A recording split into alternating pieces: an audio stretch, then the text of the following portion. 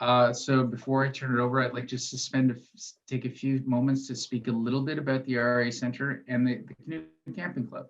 The RA Center is located on Bronson and Riverside Drive, kitty corner to Carleton University.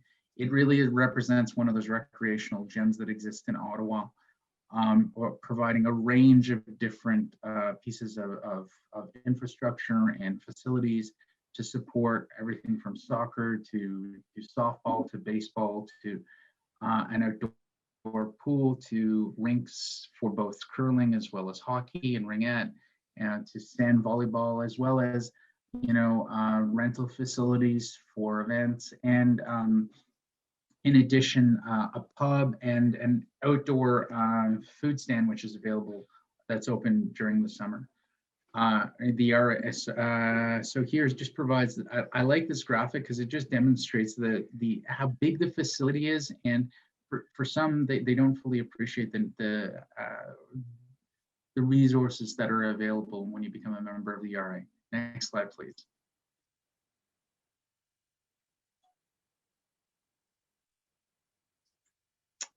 Very quickly, among the activities that you can find at the RA are everything from personal training for fitness to badminton to archery to skiing, both downhill and cross country, soccer leagues, both indoor and outdoor, pickleball, camera. So they also a lot of clubs that focus purely on hobbies, as well as activities like judo and gym, and as I mentioned, curling and hockey leagues.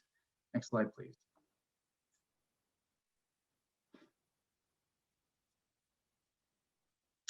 Oh, one thing I would like to, before I apologize, I should reference this. The other thing that the RA does do is it hosts a wide range of summer camps for children and youth during the summer. So the RA Canoe Camping Club, if the RA is a bit of a gem, the Canoe Camping Club personally, and perhaps some of it biased, truly is a diamond in the city. It started in 1952.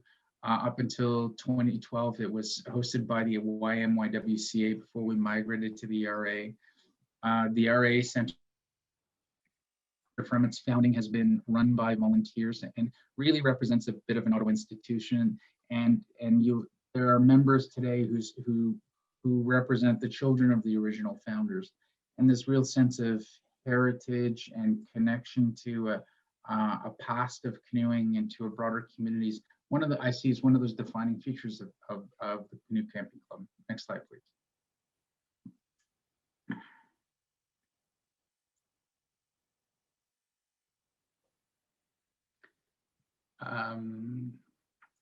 So the Canoe Camping Club, I find it incredibly impressive, and it was among my first impressions when I first joined the club, was the vast range of activities and training and programs that we offer. So in addition to day, weekend, and longer trips, and by longer trips, talking week-long to multi-week, multi-month excursions in northern Canada. We also offer flat water, whitewater, and family programs. And then in addition to that, supporting the above two types of activities, we offer training covering flat water and whitewater and sea kayaking, which we'll be talking about today. And that training is certified by the relevant body in the Canadian context, and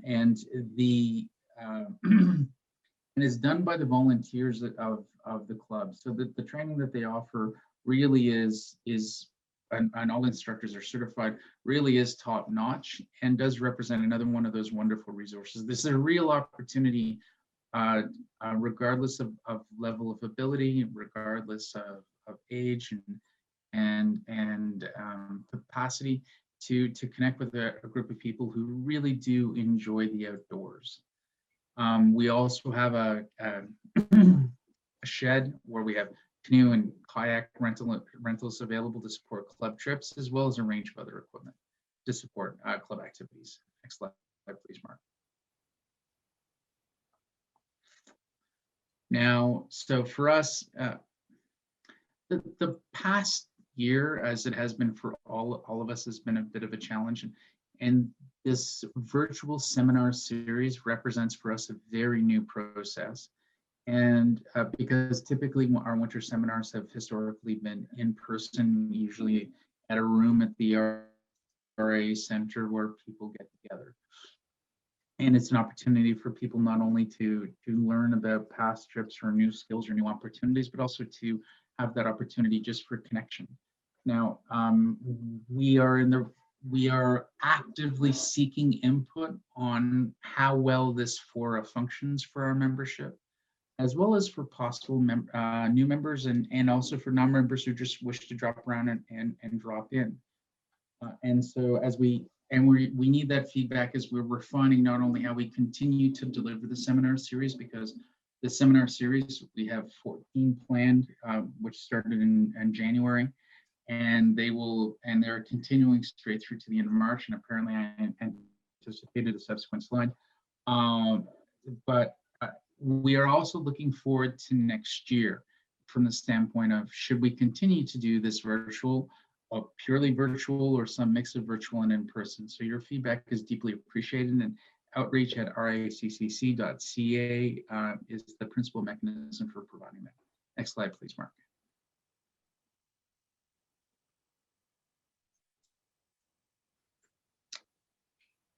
Well, actually, the following two slides are for after the presentation, so I will keep you in anticipation of what those two slides are going to look like.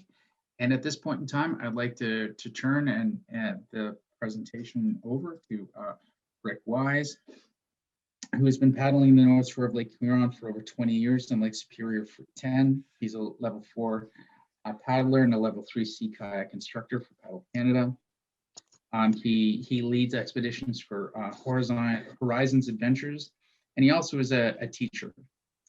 Rick is also a senior instructor for Serious Wilderness Medicine and is a first aid CPR instructor for the Canadian Red Cross.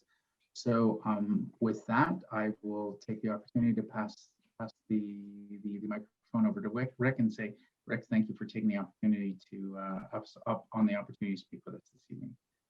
To you, Rick. Okay, thanks, Mark. When I was little, I used to be called Wick, but I can say my R's now. Thanks for that introduction. Here I am up on a beautiful beach in Lake Superior.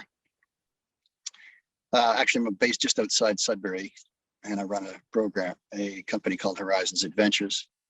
Tonight, I'll be telling you about the North Channel of Lake Huron and Georgian Bay. So let me pull up my my screen, and let's get the right thing going.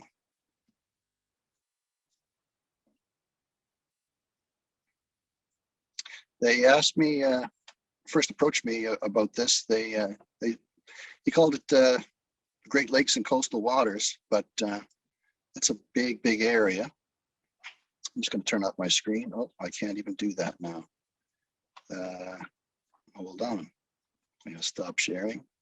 Now I can turn off my screen, my video, and let's go back to my presentation.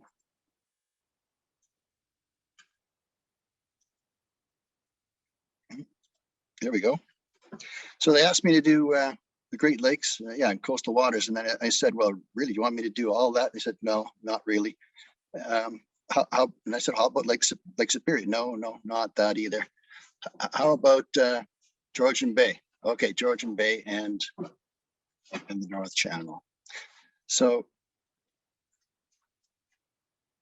the difficulty, the trips I'm going to be talking about tonight are with the thought in mind that you'll want to do them yourselves and not necessarily employ someone like me, even though I am well worth employing, I must say. But nonetheless, I've set this up so that you can do these trips or look at these trips on your own. The difficulty level is not for novices, so novices with no experience or training obviously would not be suitable. But beginners with some training, like a Paddle Canada level 1 or similar training, a little bit of experience, day trips might. Oh, sorry about that. There we go.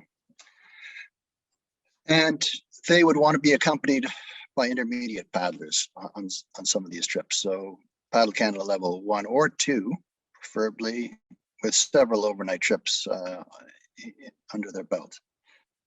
That's what I would expect for people that would want to do these kinds of trips on their own. Sea conditions vary no matter where we go, and they vary with weather. Obviously, the number one issue when we're paddling. But I've so that means wind less than 15 knots, crossings less than a kilometer. So for all these trips, I've tried to make them in calm, sheltered waters with easy, frequent landings. So just a little bit of idea about generally what the trips I'm going to be presenting, like the conditions you would mostly expect. And here's Georgian Bay in the North Channel. There's my little cursor. So I'm sure everyone is familiar with where Georgian Bay is. If you don't know that now, that's not something I can help you with. But here's the North Channel. A lot of people call this Georgian Bay, but it is not Georgian Bay. So the bay ends about here. And the North Channel is bordered by Manitoulin Island in the south and the north shore of Lake Huron. And of course, Lake Huron itself out here, of which Georgian Bay is simply a bay off of Lake Huron. The first, let's go back up.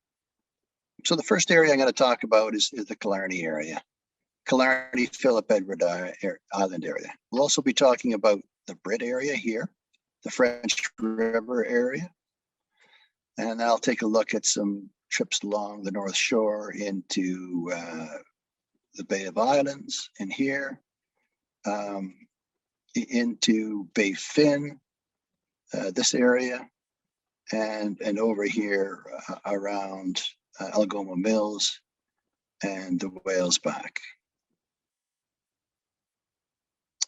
So the first area we'll look at is Philip Edward Island, and that's, I guess, one of the jewels for kayaking in Ontario. A lot of people go there, or the Killarney area, as it's known, right? The town of Killarney is very close to here. The park is close to here. This is the park here, but Philip Edward itself is not part of the park.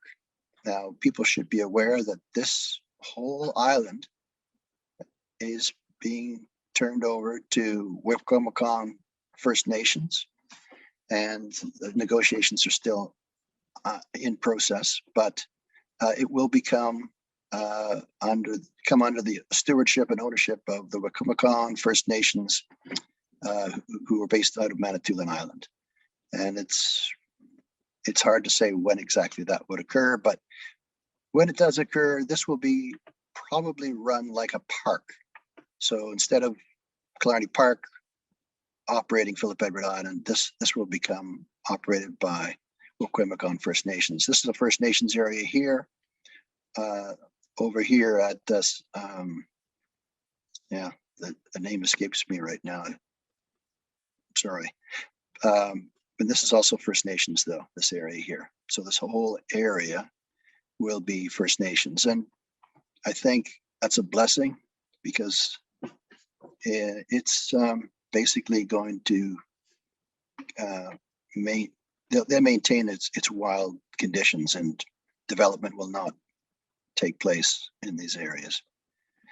Anyway, that's neither here nor there at this point. The launching point for Philip Edward Island is in Chicknishing, which is in Killarney Park. And this is a typical route that I have run in the past. So this area here, the Hawk Islands, you'll see some of that. The Fox Islands here, Desjardins Bay, East and West Desjardins Bay, Big Rock Portage, Deer Island, the Chicken Islands out here, all spectacular. Beaverstone Bay in this area, and the Collins Inlet, which is this area through here. Now, Collins Inlet is a boat channel. So there's markers through here. It's pretty, it's well protected, and there's campsites all along here in the park, but it's pretty boring, really. compared to what's out here. This archipelago here is spectacular. And if you had the choice, you would come out here. There's shoals and so on. There's little boat traffic, but there is more and more boat traffic out there all the time now. So these are the general conditions. As I mentioned, it's an archipelago of islands. Navigation can be very challenging because of the many islands. Safe harbors and protected bays are there, but the rocks in July and August can become quite slippery along the shore, and that can be quite a hazard for landing. There's very few beaches. There are a few in place, special places, but very few. Lots of campable spots, however. So if you're going to go there, I would suggest you go as far from the launch as possible on your first day, because it is can be quite a busy place. The launch itself can be very busy. I'll go into Georgian Bay pegs because of the rocky area a little later. If you go there on a holiday weekend, God bless you. The launch is a zoo on weekends. Avoid any holidays or long weekends when you're launching from there. If you're setting up tents, you know, it's a very rocky area, as all Georgian Bay, so pegs have not much use. Rocks and sticks are the key. And my anchors, this is what I call a Georgian Bay anchor, where you don't want the rocks sitting on your tent. You want to use sticks you can find lying around and place rocks on either side of them, and then place your stick in there, and that will save your tent. Typical vistas. This is in Desjardins Bay on a calm day, but you can see the idea of the myriad of islands that are in the area, the rocky shore and the boats. You're looking across at Big Rock Portage way in the distance there. And over the side is more open water.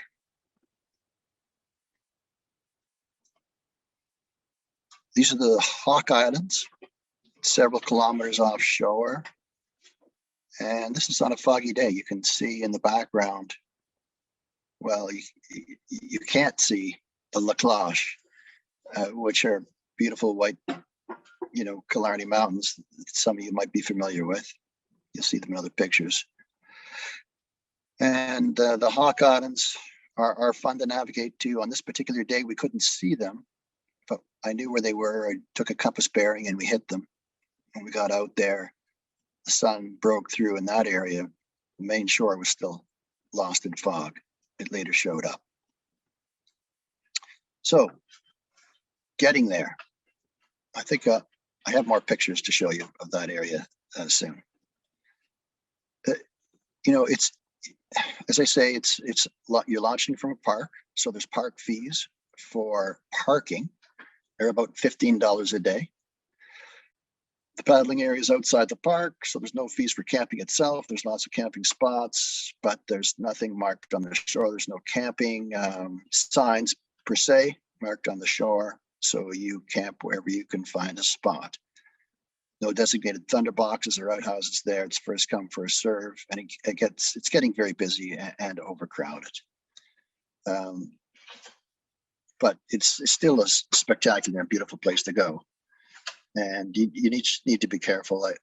I tell people to try to avoid fires if you can, because all the burnable wood is getting consumed. So it's a little bit about getting there and Killarney. Now, would there be any particular questions at this point regarding this area? So, Rick, one question came in, more about your introductory statement for qualifications. And the question is, how much of our canoeing experience, whether it be moderate or quite extensive, translates over to sea kayaking?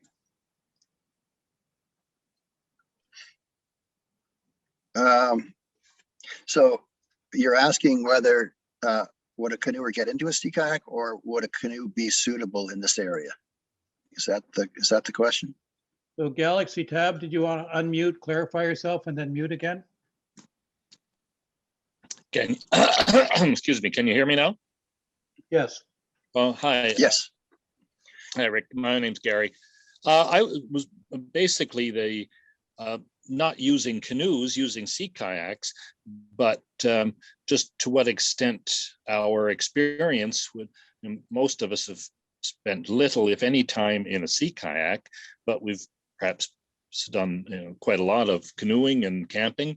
And I guess you started out with a slide with saying people with no experience or training. Well, we may have very little in sea kayaking, but some of us might have anywhere from a little to a lot with canoeing and with wilderness camping. So I guess I'm just looking for a few of your thoughts on the crossover there, of which areas, if we're looking ahead at this kind of a trip, which areas we want to look at a little extra preparation, and which we can feel a little more confidence about. So if you're bringing a canoe out there, No, you bring your excuse canoeing me. experience. Yeah. No, not bringing canoes, using sea kayaks, but we have a lot of paddling and camping experience, other experience, wilderness experience. Right. So, of course, your camping and wilderness experience will be very transferable, but the environment is quite different in a sea kayak. And it would depend on what your experience is in open water, more open waters, right? Because we're in larger open water where wind and waves are more of a concern. So that's where you want to have your experience. And also, just in paddling a sea kayak, you'll want to know some basic maneuvering and rescue skills. So that's why I would suggest your training would be a minimum of Paddle Canada level 1 or equivalency. I wouldn't recommend you go out in a sea kayak with just your own, basic experience of maybe a few times out in protected waters. I wouldn't suggest that for any of these trips. Paddling it's not quite the same.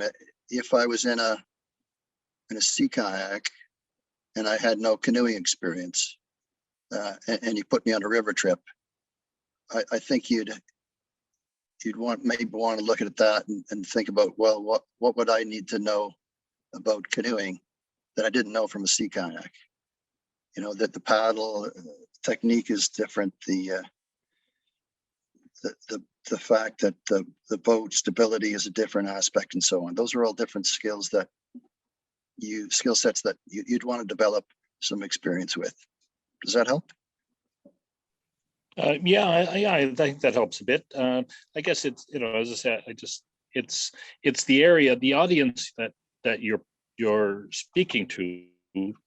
I guess I'm just looking to suggest that you try and track that along as you go along. The audience you're speaking to is, a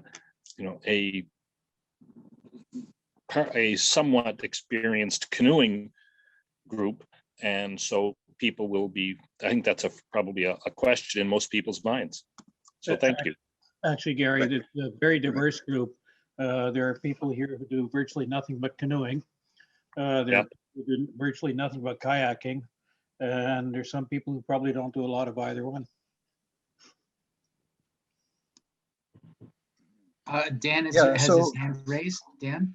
Yeah, I just got my hand up real quick just to help on Gary's question and help reinforce Rick's comments.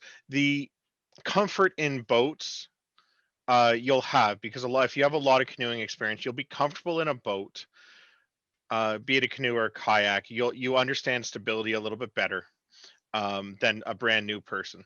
But when you start getting into Georgian Bay, Superior, the Great Lakes, and open water, like Rick was saying, the hazards and the skill sets start changing, and the sea kayak itself changes, like what it can go through and what is safe to paddle in a sea kayak is different than a canoe. On top of your packing systems and your navigation, because messing up your navigation in open water can be far more dangerous than on a closed-in lake that a lot of canoe people have experience with. So it's just something to keep in mind is your risks are a bit higher, your rescues can be harder, your weather and wave conditions can change drastically. And an example would be that this past September, October, when I was out, we went from what you're seeing in the picture Rick has here to a 50-kilometer-hour wind and nearly a 6-foot swell in overnight. So it is something where just to consider those types of things is the extremes are higher than a interior canoe trip, and the rescue skills are different. And that's why the recommendation of at least level 1 on these open water trips is a definite thing you want to do, is at least be able to perform at the equivalent of a level 1 paddler, and preferably going out with even someone more experienced just for that added safety. Rick? Yeah, okay. So, and this is a very common question I get, canoers and kayakers, canoers do have, with years and years of paddling experience. But they are different animals. It's almost, I'm trying to think of comparisons. The only comparison I can immediately think of is bicycling and unicycling. If you had lots of years of bicycling and you got on a unicycle, you'd have a harder time. Now, it's not that hard. It's not that big of a, it's not so hard to get in a kayak and keep it upright. But it can be harder to keep it going where you want it to go, and maneuver it, because it's a whole different center of gravity, a different conditions, different paddle strokes, etc. So there's lots of transferable things when you start learning. And if you took lessons, you'd go, oh yeah, I remember this from canoeing and this technique, but you'd see how the differences would come out as well. All right, so I'm going to go on to the next area, which is the Brit area. And by the way, all the comments that we just went through about paddling skills, etc., they're relevant to all these trips. So the Brit area is south of Killarney, between Parry Sound and French River. And it's also known as Big Inlet. The Brit area, so the town of Brit is along this inlet. This is the Still River. Here's Highway 69 here. So you'd have to, if you're coming from Ottawa, you might come across to Sudbury and then south on 69. Or you might go, there's several routes to get there. And here is a typical paddling route. So you're a very protected inlet until you get out into the bay and it becomes more exposed. Once you get into this area, you can go back into more protection, and there's lots of protection in back through here. But again, lots of challenging things to navigate through because you're just seeing a maze of islands and you can't tell the islands from the mainland. So it can be challenging for navigation. General conditions, again, archipelago. Once you depart the inlet, navigation can be very challenging. Safe harbors and protected bays, make that a safe area to paddle. Even when the wind comes up, unless you venture out into exposed waters, which you could, but you generally can stay in very protected waters. It's just getting out to those protected waters down through the inlet that I mentioned. Very rocky shores, very few beaches, lots of campable spots, newly installed wind turbines, a visual effect, aesthetic impact in that area now. So they border along the shore. They're the biggest wind turbines in the province, and I think in the country. They're huge. And especially at night. There's over 90 of them along the shore there, and they make an impact. But nonetheless, it's still a beautiful area to paddle. Sunsets in the area there, or nowhere else I've been. You know, we've all seen beautiful sunsets, but in this, my particular camping spot faces due west, and we get some magnificent spot colors. It's very rocky shore, as I mentioned, so you can see. So a canoe, I find the canoe having an advantage here. Jumping in and out of a canoe is fairly easy in rocky shores. It's a little harder to get in and out of your boat in rocky shores with a kayak. The area that you see here now with the boats is all underwater. In this year, in the last several years, the water has gone up. I would say a meter or more over what the water levels were when I took this picture. And all these boats would be underwater right now. This launch area is protected. It's very small. It's a bit mucky, but it's right by a marina, and it's very protected in there. It's very easy to get in and out of if you don't mind getting your feet muddy. And again, the sheltering islands around the area keep it safe. It looks, well, it's several kilometers to those islands in the distance. But even so, when the west wind blows up in here, there's lots of places to get in and get out of it, or the south wind. Storms do come up.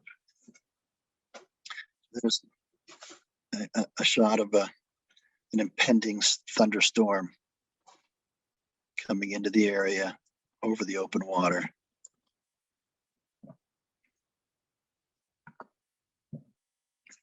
And a little bit more about some sunny areas in the rocks. So, sitting there, the town of Britt, Highway 69. The launch place is called Ice Cream on the Rocks. Parking is $10 a day, and trailers are extra. Launching is $5 a boat. It's a small, as I mentioned before, it's a small boat launch area with very steep access, and driving a vehicle down that hill, most people prefer not to. They'll carry their boats down. It can be mucky. Next area is the French River. And I'm going to try to change the screen here. We'll see how this goes. If you've been to the French River, you know that it's not just a single river. It's dozens and dozens of streams that merge down into a large open area in the Bustard Islands, just south of the French here. And it's a beautiful area to paddle. Hartley Bay is the best place to launch, although you can launch up here off the highway and go all the way down the French River itself. But that will put another day into your trip. I'm going to try this link, and I will see if I can move over to that screen.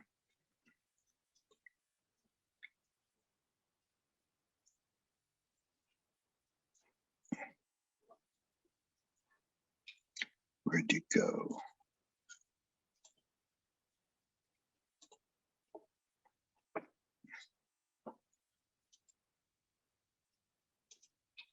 Okay.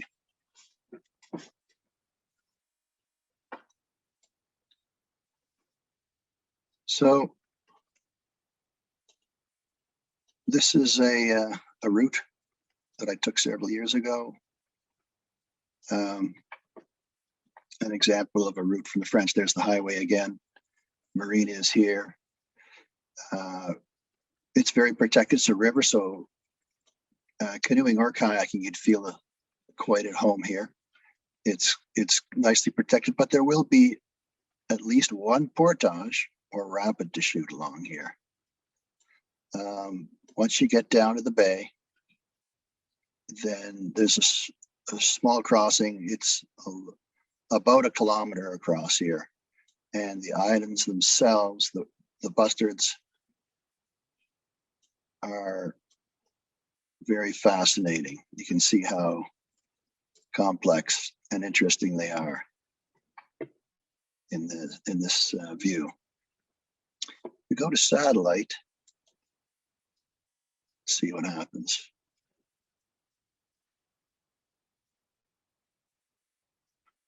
I don't know how fast the screen is moving for you guys. Usually there's some delay, but you can see what how spectacular this area is with a satellite and how complex it is. So it is pretty easy to lose your way around here. There's so many channels. Some of them are marked with boat markers, but generally canoes and kayaks want to avoid the motorboat channels. Right?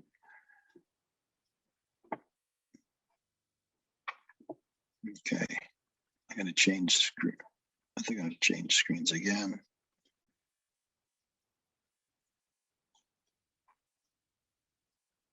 Oh, so did somebody draw that on my picture there?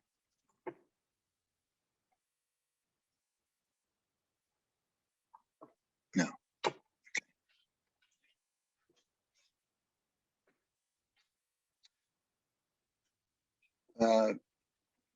If you want to see any of these trips, I've got them. They're on the web, and they're posted through Spot. So I give you my Spot address, and you can look at any of these trips as well. Okay, I'm going to have to switch screens.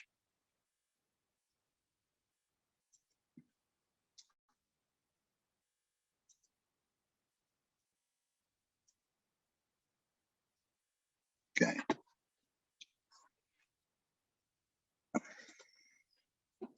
So general conditions. It's a provincial park. You're going to pay park fees. You got to book the campsites ahead of time, just like any park, any provincial park.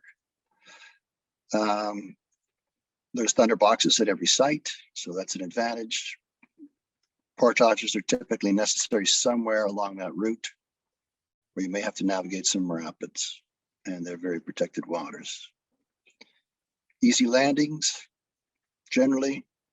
Lots of wildlife in this area. You'll be competing with others. Again, you can't necessarily stay in the same site every, if you get delayed by weather, for example, because somebody else will have it booked another time. So that's the problem with parks. They're intimate, small campsites. I would call these small campsites compared to most of the sites on the bay, but they're cozy. And as I mentioned, there'll be some falls and rapids along the way. And an option to portage.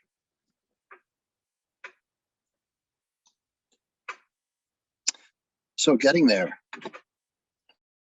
I mentioned the launches at Hartley Bay Marina, one of the most accessible launches. It is a very busy launch because it's one of the few places people can get in and out. The launch fees, I'm guessing what they are right now. They've gone up quite a bit. So $10 a boat and $15 a day parking is probably an underestimate. You can get supplies and rent equipment there as well. Available at the launch. There's lots of boat traffic at the launch itself, but once you get away, it's less, but you will see traffic. And now we're going to move on to the North Channel. So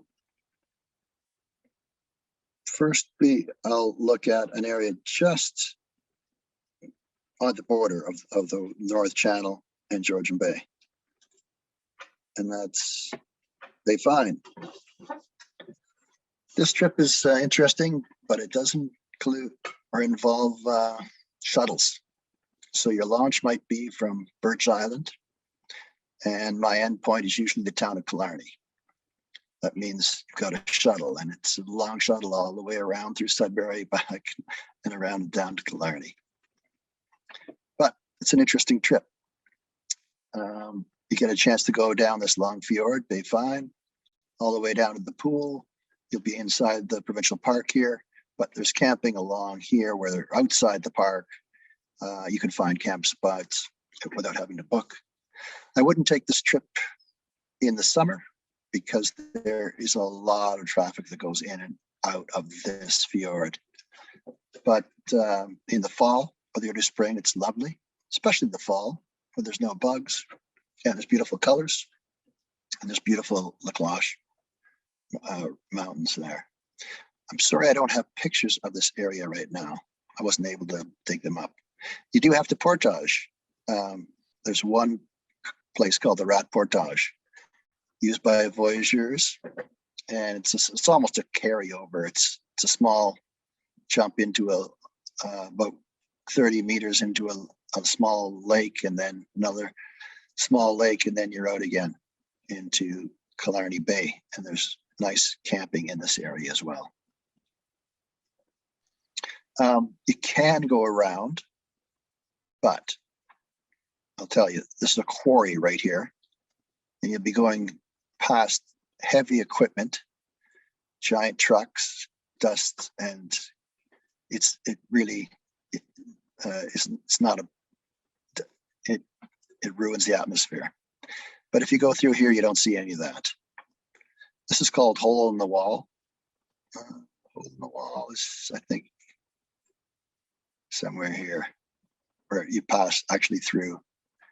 There's a narrow opening to travel through.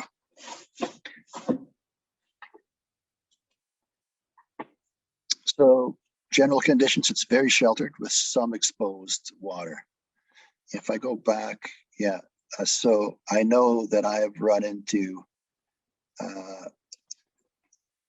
some treacherous water here where the southwest winds blow in. And it can be very, very large, difficult conditions in this area.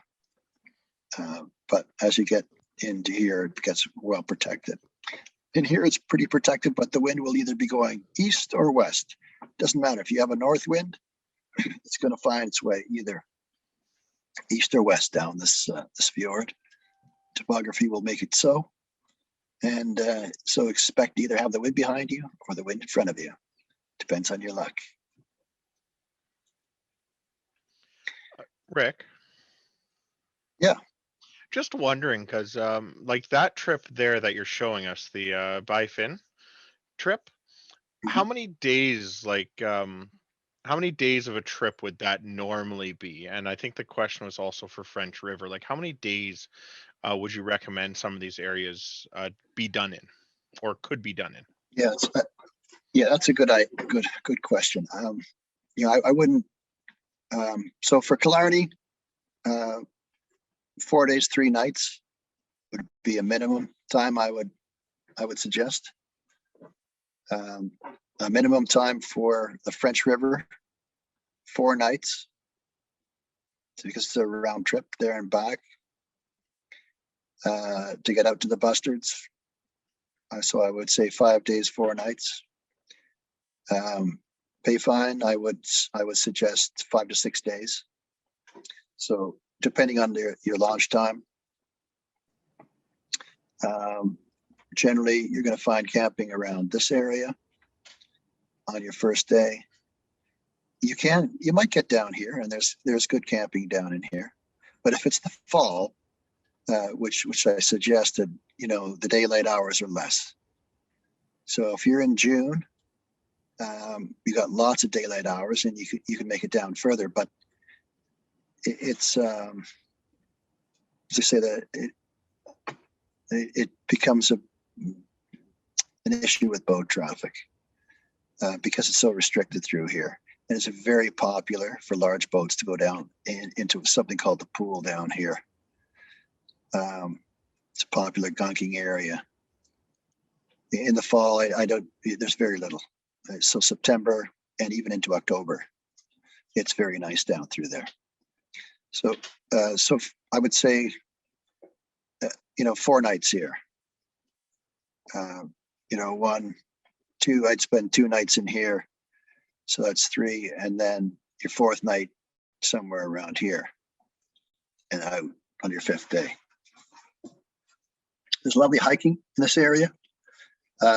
There's some of the clear Killarney lakes can be found. Topaz Lake, something to see. It's absolutely lifeless, but it's beautiful aqua, green, blue. And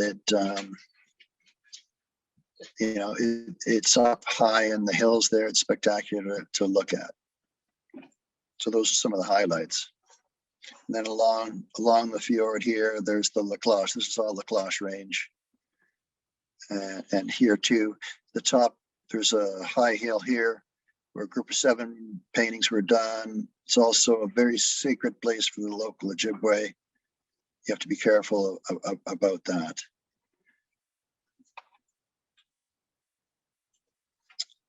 All right, so what can I tell you now? Yeah, one side of the bay, as I mentioned, you're into more exposed waters around that point. And nearby amenities such as hotels and restaurants are close to the launch spot. And then in the town of Killarney itself, there's nice hikes in the park. Avoid camping in the park itself.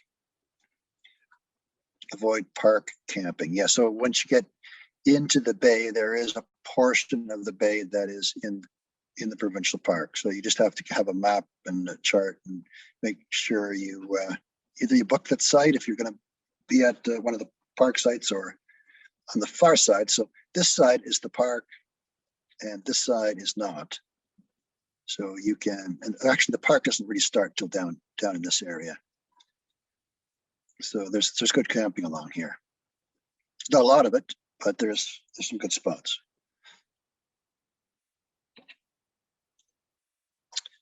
Okay, and getting there again, Highway 6 south of Espanola.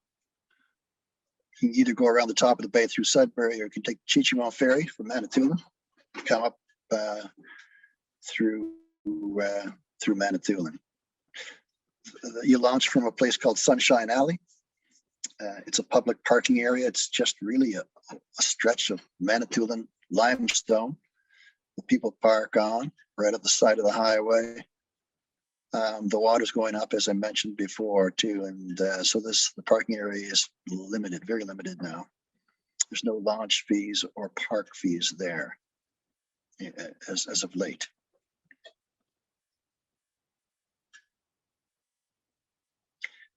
Bay of Islands. So the place I just talked about was just over to the right here. Now this is the other side of Highway 6 and the Bay of Islands here, and all this stretch going through. This park here does not exist. It's only on paper. It's actually part of Sagamok First Nations, which is right here. So this area really is part of Sagamok First Nations now. You need permission to camp along there. But you can get permission, and there are camping areas through here and in some of the islands and through here. And then as you get further west, let's see. I'm going to change shares again. Hope I've got the right one.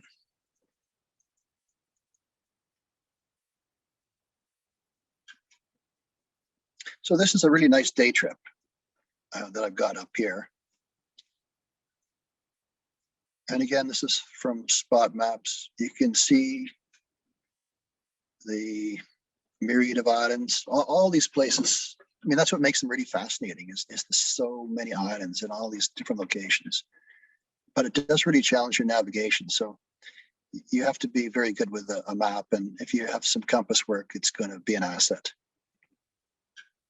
This was just a day trip that we took around the site here. But as you go along and get out further here, you'll find there's camping spots, and it's a bit of open water here, but it's relatively protected, although west winds can really build here. There's the islands here provide some camping. Again, ignore the park, doesn't exist.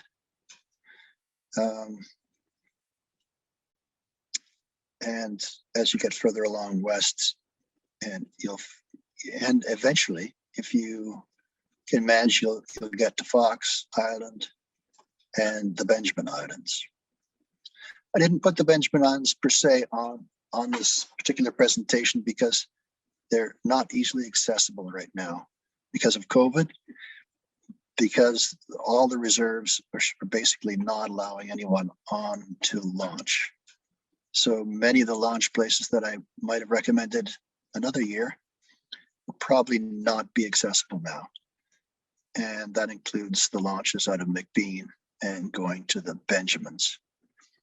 So the access to the Benjamins either comes from the Bay of Islands, which I just went through, or west from Spanish, both much more challenging than, well, this is not too bad. The westerly trip is more challenging with more exposed open water. And there is some exposed open water here.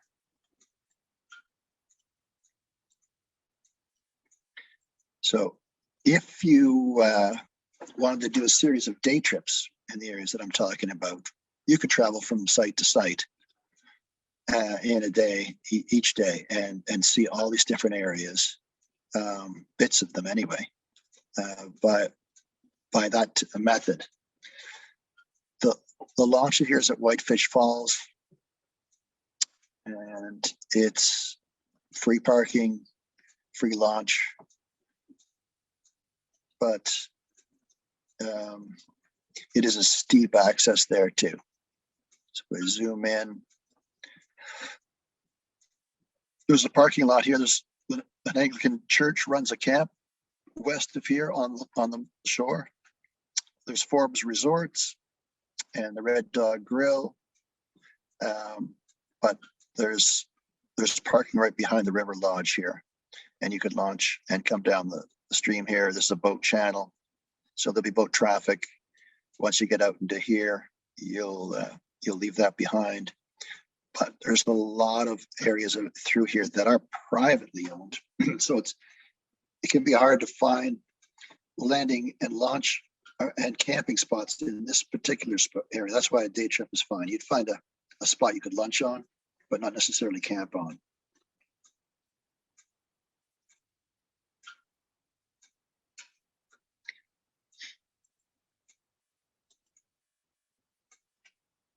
So any questions about these last two areas that we've covered? I don't see anything in the chat right now. Anybody, if you're interested, have a question, throw it up on a chat or do a virtual hand raise. The only comment there is, Scott, you are correct on the French River Delta and the French River, as well as a couple other places Rick's been talking about. Is there are cottages and housing around, so do keep an eye on those. And a lot of them are on private land, I believe, Rick? Yeah. Yeah. So if you do see Yeah, those, right. don't pick that island. Yeah, and you have to look carefully because you might find a lovely spot that you think is uninhabited, but the owner is on the other side of the excuse me, on the other side of the island, just a few hundred feet away from where you're camping, and they may show up, or they may not be there at all. But you do have to be careful about that aspect of it. And with that too is when you are searching, look for thunderboxes. The thunderboxes on Georgian Bay are almost always hidden. So when you are searching the site, take a look, see if you do find a thunderbox.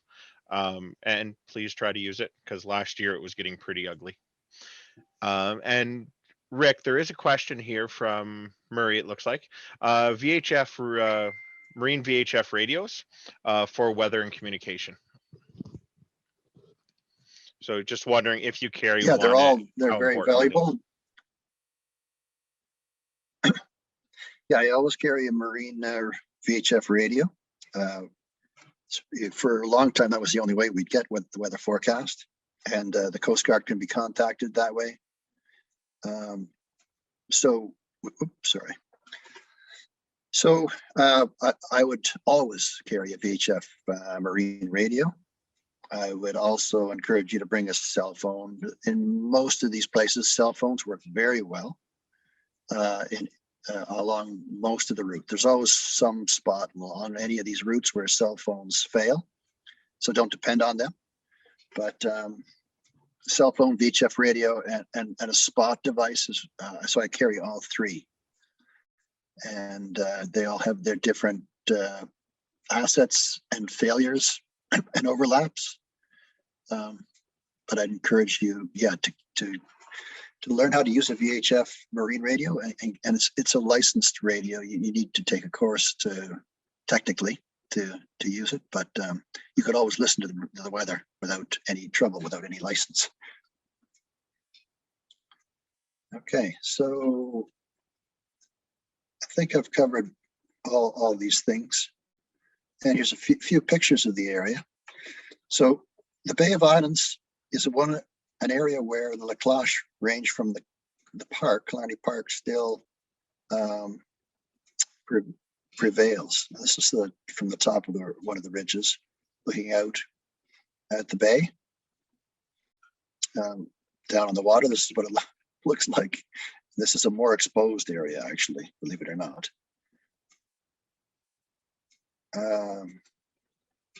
Here's what the vistas might look like if you found some hiking trails up into the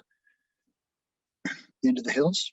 And there are spots where the trails come down to the water, and there's a lovely hike from all the way from Highway 6 to Massey on these hills.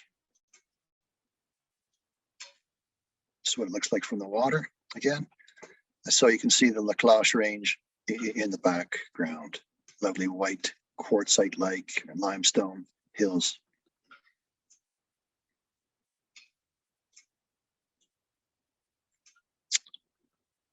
Yeah, okay, and I've covered this. So 1 hour west of Sudbury, Highway 6 south of Espanola, to the town of Whitefish Falls. And I talked about this out with the map, launching just behind at the Anglican Church parking lot. No charge parking, no charge launch. Excuse me, I'm just gonna get a glass of water. I'll be right back. Not a problem, Rick. Gary, did you indicate to slow down a little bit on the slides or on the talking?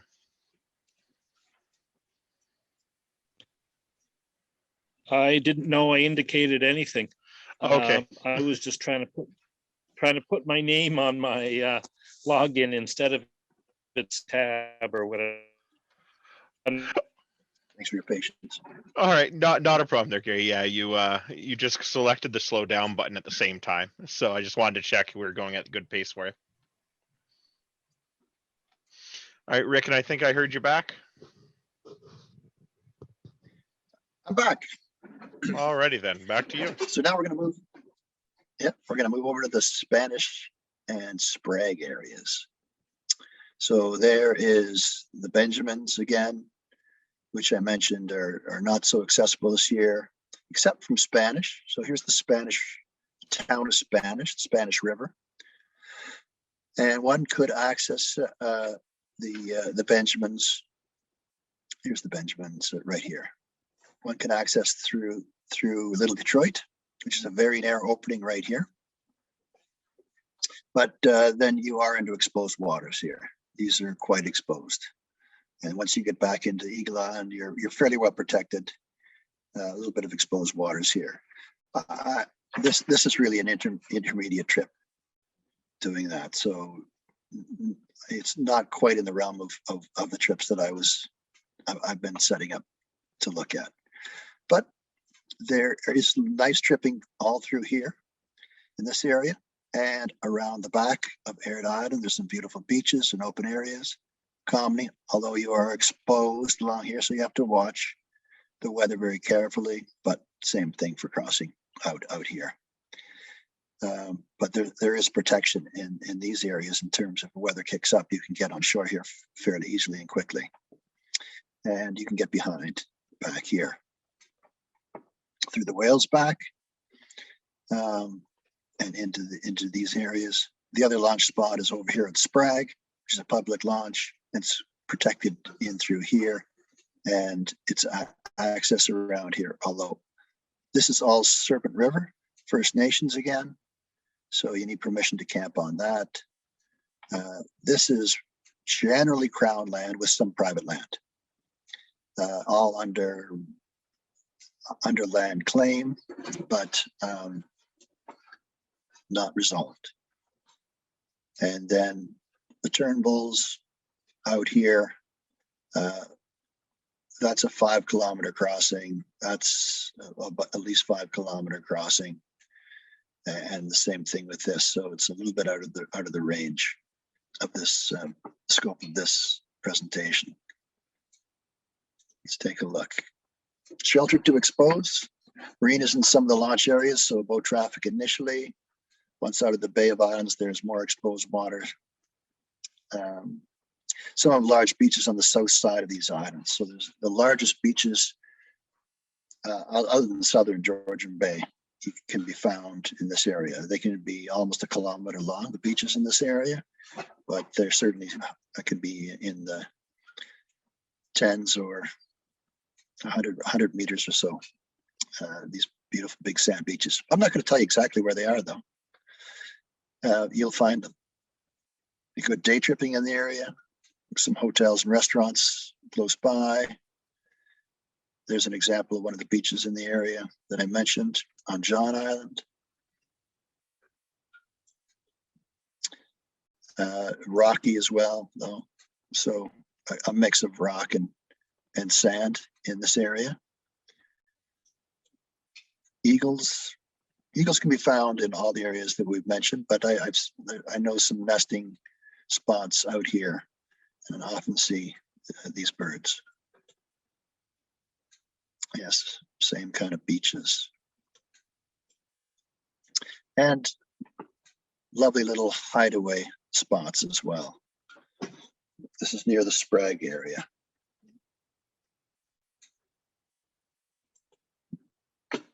So getting there, there's a little further to go for sure. 2 hours west of Sudbury. So from Ottawa, which is, for me, Ottawa's a 6-hour trip, and then you're looking at another 2 hours. So we're looking at an 8-hour trip to get out to the launch area. It's pretty much a full day. The town of Spanish has several marinas, parking launches, mentioned Sprague is public launch, generally protected areas. Not a lot of boat traffic once past the launch area. I go there on a long weekend in July or August and see no one. It's a really nice, well-secluded spot because it is a little bit further for people to travel. So any of these trips and more can be found on Spot. So Spot Adventures. And if you're looking for my trips, Horizons 1 is the search to type in on Spot, and you'll see trips from the last 10 years there, all laid out with pictures and places that we visit. So that would also be a good resource for you to use if you're planning any trips in this area. Keep hitting a button on my other computers and it doesn't work. Rick, I'm going to. It looks like that is the end. Yeah. I'm going to be doing a summary article for posting on our website.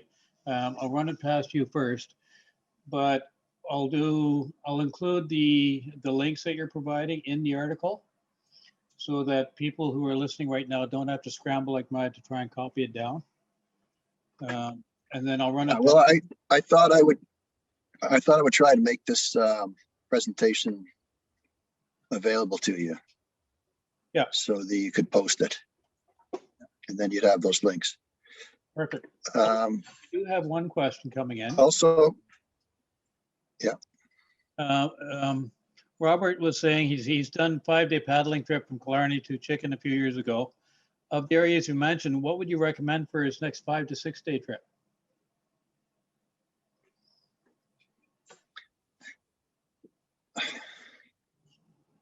well, the Killarney area can easily offer that. Going from Chicken-a-Shing to the Chickens, is that what he said he did? Well, he said, I quote, "I did a 5-day paddling trip from Killarney to the Chickens a few years ago." So I guess he's looking for a different Oh, to destination. the Chickens, yeah. Yeah. So you can carry on around Point Grandine, and and then onto the Bustards. So that if he wants to do more than so if you want to do 7 or 8 days, you could carry on to the Bustards and then come out, say at Britt. It's pretty long, or you could go up the French. I've got a short slideshow for you. Okay. And I'm just going to try and find it here. Stop sharing for a minute so I can see what I'm looking at. I can find what I want.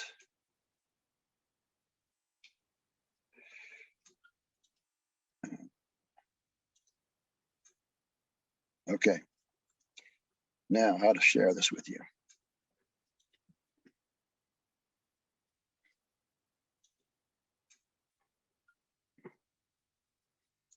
I don't see the screen that I want to share. I don't know why. It's not showing up. Let me see.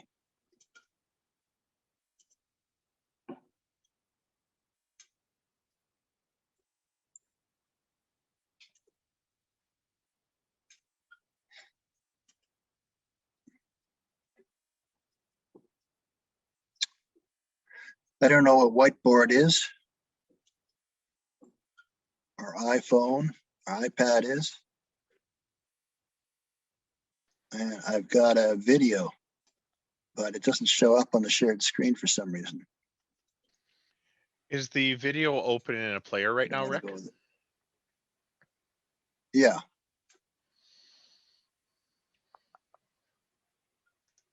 It's open in a player. Yeah, exactly.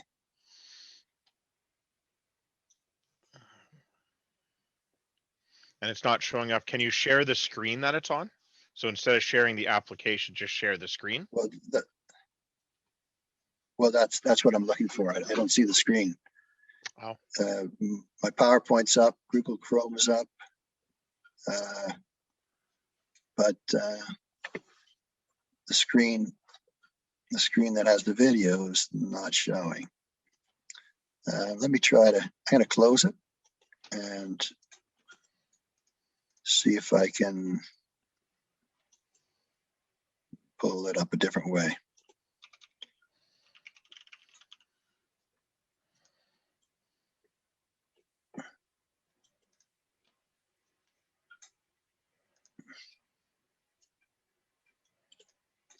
It's not showing me what I want to look at. Let's see, share screen. Oh, okay. Do you guys see that? What is that? It's loading. Okay. There we go. Okay. So these are just slides of the areas that I've talked about. So it starts with the Killarney area, and it moves on. It'll only be a minute or so. It's the Hawks again. The cloche in the background. Someone's keyboard is tingling away there. So you can see the clarity, the cloche hills again, quite striking in the background. It's a beautiful flora and nice vistas, different islands. The Brit Bay Fin area, Brit Big Inlet.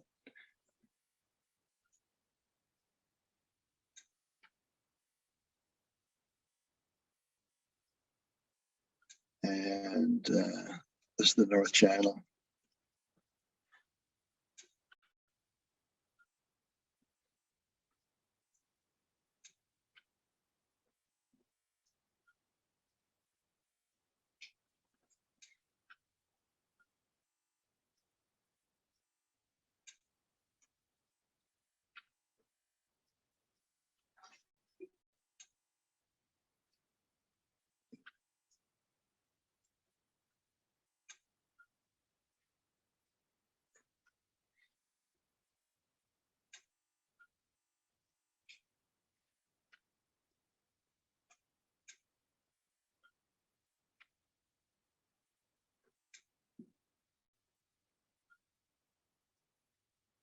Okay, that's it.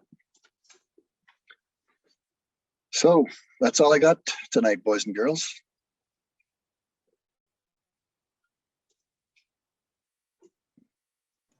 So if anybody has a question, by all means, feel free to write it down in the chat or to virtually raise your hands.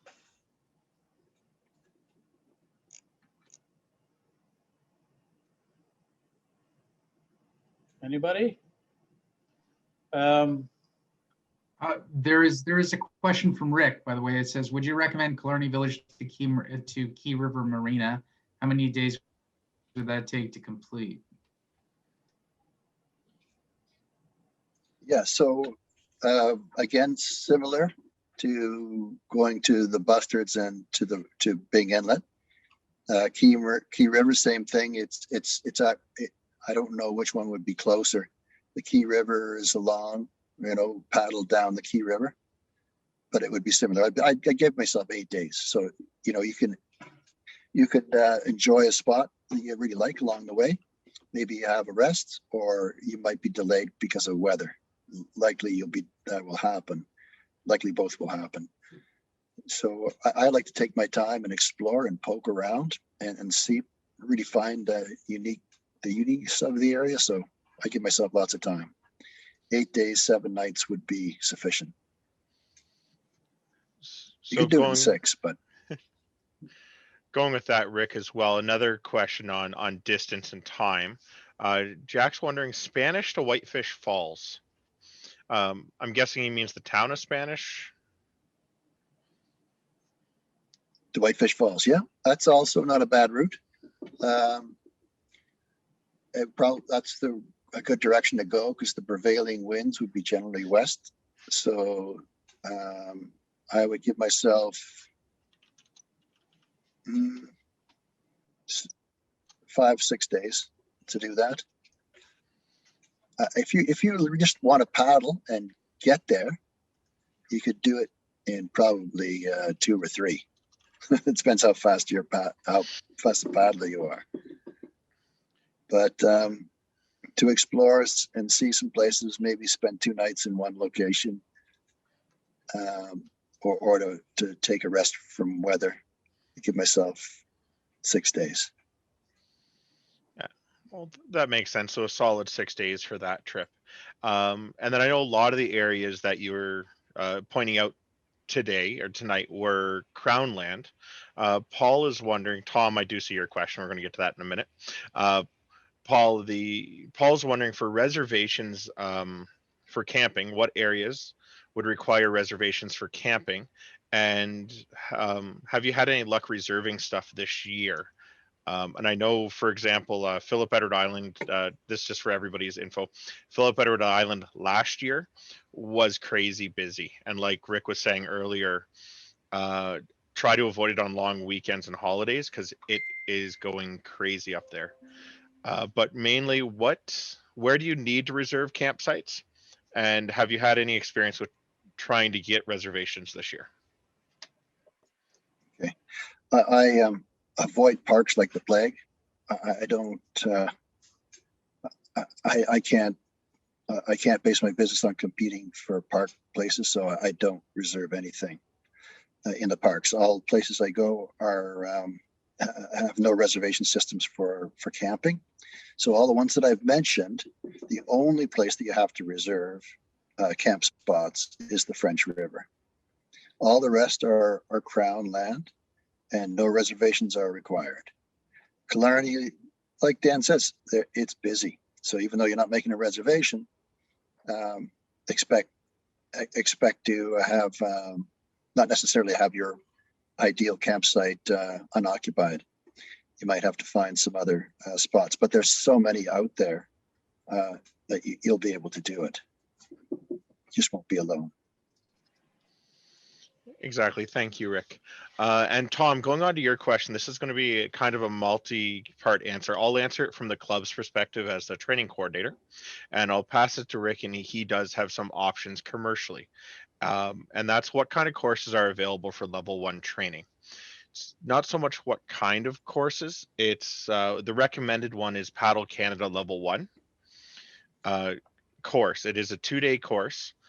We will do one somewhere in Ottawa. It is on the schedule for late May, early June with the club.